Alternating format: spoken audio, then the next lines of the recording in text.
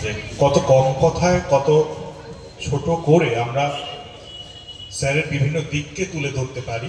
জানি না পেরেছি কিনা, আপনারা দেখবেন, দেখে আপনাদের মতামত জানাবেন এবং আপনাদের মতামত আমাদের শিরোধার্য যারা দর্শক। তবে স্ক্রিপ্ট করার ক্ষেত্রে যেহেতু আমি স্ক্রিপ্টটা করেছি, মিঠুদা যখন আমাকে বললেন যে তনয় তুমি স্ক্রিপ্টটা করবে, আমি এক কথায় রাজি হয়ে গিয়েছিলাম। কারণ স্যারকে নিয়ে কাজ করা একটা অদ্ভুত আনন্দের বিষয়। তো একটা মানুষ, তার মানুষের তার মধ্যে অনেকগুলো কালার আছে, বিভিন্ন রং। তিনি কখনো শিশুদের সাথে মিশে যাচ্ছেন, শিশুদের ভালোবাসছেন, কখনো তিনি তার রাজনীতির আঙিনা থেকে তিনি সমাজসেবার কাজ করছেন, কখনো তিনি সাহিত্য রচনা করছেন, সাহিত্য করছেন। একটা অদ্ভুত রকমের মানুষ। মানে সৈকত একটু আগে বললো না যে আর পাঁচটা সাধারণ মানুষের মতো তিনি ছিলেন না, একেবারেই তাই।